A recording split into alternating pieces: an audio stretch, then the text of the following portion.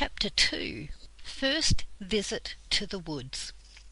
The three children had no chance to visit the enchanted wood until the next week, because they had to help their mother and father all they could. There was the garden to get tidy, curtains to sew for the house, and a great deal of cleaning to be done. Sometimes Joe was free, and he could have gone by himself. Sometimes the girls were sent out for a walk, but Joe was busy. None of them wanted to go without the others, so they had to wait, and then at last their chance came. "You can take your tea out today," said Mother. "You've worked very well, all of you, and you deserve a picnic. I'll cut you some sandwiches, and you can take a bottle of milk." "We'll go to the wood," whispered Bessie to the others, and with excited faces and beating hearts they helped their mother to pack their tea into a big basket. They set off. There was a small gate at the bottom of their garden that led into the overgrown lane running by the wood.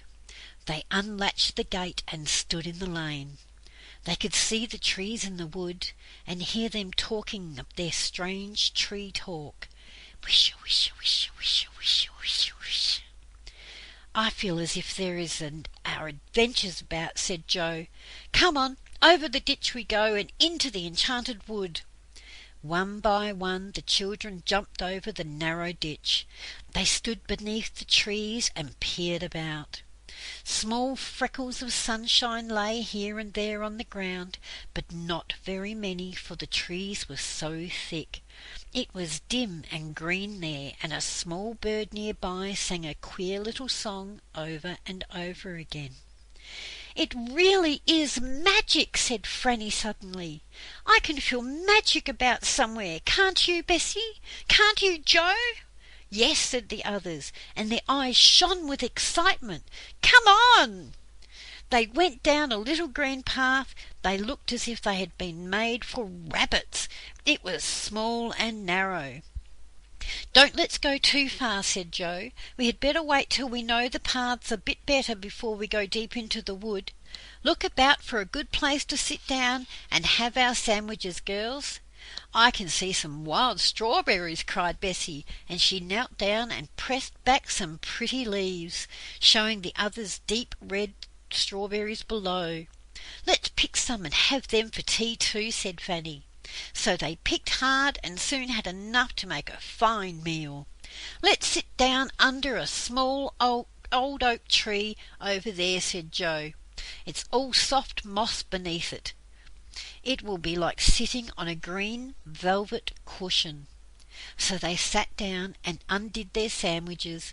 Soon they were munching away happily, listening to the dark green leaves overhead saying "Wish, wish, wish, wish, wish, wish" all the time. And it was whilst they were in the middle of their tea that they saw a very peculiar thing. Fanny noticed first. Not far off was a clear piece of soft grass. As Fanny looked at it, she noticed bumps appearing on it. She stared in surprise. The bumps grew. The earth rose up and broke in about 6 places. "Look," said Fanny in a low voice, pointing to the piece of grass. "What's happening over there?"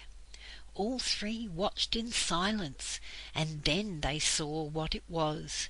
6 big toadstools were growing quickly up from the ground, pushing their way through and rising up steadily. "I've never seen that happen before," said Joe in astonishment. "Shh," said Bessie. "Don't make a noise. I can hear footsteps." The others listened. Sure enough, they heard the sound of pattering feet and little high voices. "Let's get quickly behind a bush," said Bessie suddenly. "Whoever it is that is coming will be frightened if they see us. There's magic happening here, and we want to see it." They scrambled up and crept quietly behind a thick bush, taking their basket with them. They hid just in time, for even as Bessie settled down and parted the leaves of the bush to peep through, there came a troop of small men with long beards almost reaching the ground. "Brownies," whispered Joe. The brownies went to the toadstools and sat down on them. They were holding a meeting. One of them had a bag with him, which he put down behind his toadstool. The children could not hear what was being said, but they heard the sound of the chattering voices and caught one or two words. Suddenly Joe nudged Bessie and Fanny. He had seen something else. The girls saw it too. An ugly, gnome-like fellow was creeping up silently behind the meeting on the toadstools. None of the brownies saw him or heard him. "He's after that bag," whispered Joe. And so he was. He reached out a long arm. His bony fingers closed around the bag. He began to draw it away under a bush. Joe jumped up. He was not going to watch people being robbed without saying something. He shouted loudly, "Stop! Thief! Hi! Look at the gnome behind you!" In a fright the brownies all leapt up. The gnome jumped to his feet and sped off with the bag. The brownies stared after him in dismay, not one of them following him. The robber ran towards the children's bush. He didn't know they were there. As quick as lightning Joe put out his foot and tripped up the running gnome. Down he went, crash! The bag flew from his hand, and Bessie picked it up and threw it to the astonished brownies, who were all standing by the toadstools. Joe tried to grab the gnome, but he was up and off like a bird. The children tore after him. In between the trees they went, dodging here and there, and at last they saw the gnome leap up to the low branches of a great tree and pull himself up into the leaves.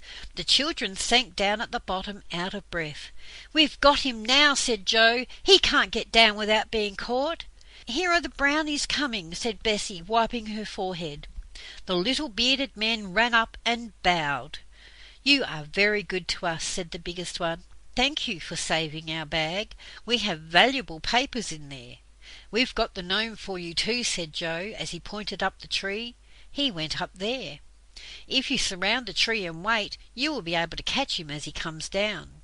But the brownies would not come too near the tree. They looked half frightened of it. "He will not come down until he wants to," said the biggest brownie. "That is the oldest and most magic tree in the world. It is the faraway tree." "The faraway tree," said Bessie in wonder. "What a queer name. Why do you call it that?" "It's a very strange tree," said another brownie. "Its top reaches the faraway places in a way we don't understand.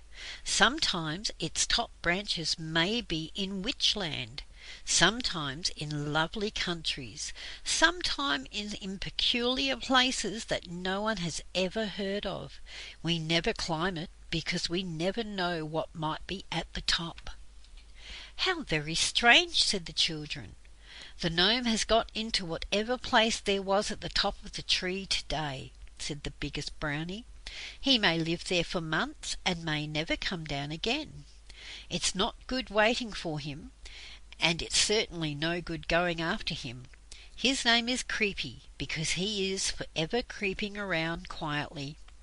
The children looked up into the broad leafy boughs of the tree. They felt tremendously excited. The faraway tree in the enchanted wood. Oh, what magic there seemed to be in the very names! "If only we could climb up," said Joe longingly. "You must never do that," said the brownies at once. "It's dangerous. We mustn't go now. But we do thank you for your help. If you ever want us to help you, just come into the enchanted wood and whistle 7 times under the oak tree, not far from our toadstools." "Thank you," said the children, and stared after the 6 small brownies as they ran off between the trees. Joe thought it was time to go home, so they followed the little men down the narrow green path until they came to the part of the wood they knew. They picked up their basket and went home, all of them thinking the same thought. "We must go up the faraway tree and see what is at the top."